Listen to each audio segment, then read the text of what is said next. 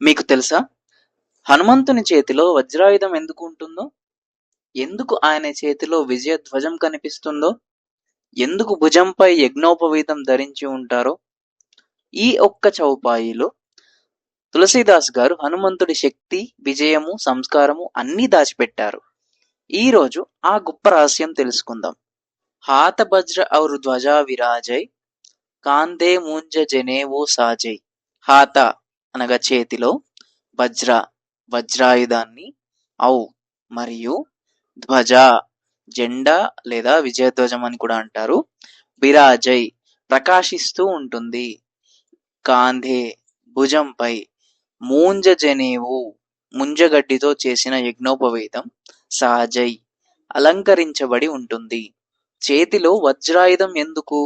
ఎందుకంటే ఆయన కేవలం దేవుడు మాత్రమే కాదు, ధర్మాన్ని రక్షించడానికి వచ్చిన శక్తి స్వరూపుడు. చిన్నప్పుడే సూర్యుణ్ణి పండుగ భావించి ఆకాశంలోకి ఎగిరినవాడు. అది బాలలీల మాత్రమే కాదు, జన్మతో వచ్చిన పరాక్రమానికి నిదర్శనం. ఇంద్రుడు వజ్రాయుధంతో కొట్టిన తర్వాత దేవతలే ఆయనకు వరాలిచ్చారు. అందుకే వజ్రము ఆయన శక్తికి గుర్తయింది. అసలు రహస్యం ఏమిటంటే, హనుమంతుని చేతిలో ఉన్న వజ్రం బయట శత్రువుల కోసం కాదు, మనలోని భయము, బలహీనత, దుర్బుద్ధిని నాశనం చేయడానికే.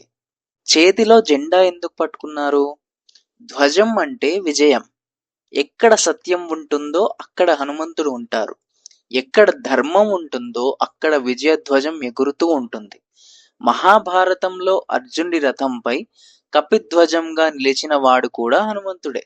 అంటే ఒక గొప్ప సందేశం ఏమిటి అంటే, మీరు నిజాయితీగా ఉంటే, మీరు ధర్మంపై నిలిస్తే, మీరు భక్తితో ముందుకు వెళితే హనుమంతుడు మీ జీవితంలో విజయధ్వజం ఎగరేస్తాడు.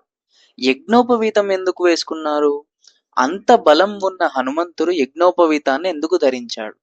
బలం ఒక్కటే సరిపోదు, సంస్కారం కూడా ఉండాలి. యజ్ఞోపవీతం అంటే నియమం, బ్రహ్మచర్యం, జ్ఞానం, క్రమశిక్షణ, వేద మార్గం. హనుమంతుల వారు మనకు నేర్పేది ఇదే. శక్తి మరియు వినయము కలిపితే మహిమ, బలము మరియు సంస్కారము కలిపితేనే విజయం. ఈ ఒక్క చౌపాయిలో తులసీదాసు గారు చెప్పింది ఏమిటంటే, చేతిలో వజ్రము అనేది దుష్ట శిక్షణకు, చేతిలో ధ్వజము అనేది శిష్ట రక్షణకు, భుజంపై యజ్ఞోపవీతం అనేది పవిత్ర జీవనానికి నిదర్శనం. అంటే హనుమంతుడు కేవలం బలవంతుడు మాత్రమే కాదు, సంపూర్ణ ఆదర్శ పురుషుడు. మనం హనుమంతుడిని ఏమి కోరుకోవాలి? చాలా మంది ఇలా ఆలోచిస్తారు. హనుమంతుడిని ఇలా ప్రార్థించండి: స్వామి, నా భయాలను నాశనం చేయి, నా జీవితంలో విజయధ్వజాన్ని ఎగురవేయి, నాకు క్రమశిక్షణను, జ్ఞానాన్ని, వినయాన్ని ప్రసాదించు. ఈ విధంగా ప్రార్థించండి. ఈ చౌపాయిని భక్తితో చదివితే ధైర్యం పెరుగుతుంది, భయం తగ్గుతుంది, విజయ శక్తి వస్తుంది, మనస్సు స్థిరమవుతుంది, ఆత్మవిశ్వాసం పెరుగుతుంది. రేపు మరొక అద్భుతమైన చౌపాయి రహస్యాన్ని తెలుసుకుందాం. ఈ జ్ఞాన యజ్ఞంలో పాల్గొనాలంటే ఇప్పుడే సబ్స్క్రైబ్ చేయండి. కామెంట్లో జై శ్రీరామ్ అని రాయండి. జై శ్రీరామ్, జై హనుమాన్.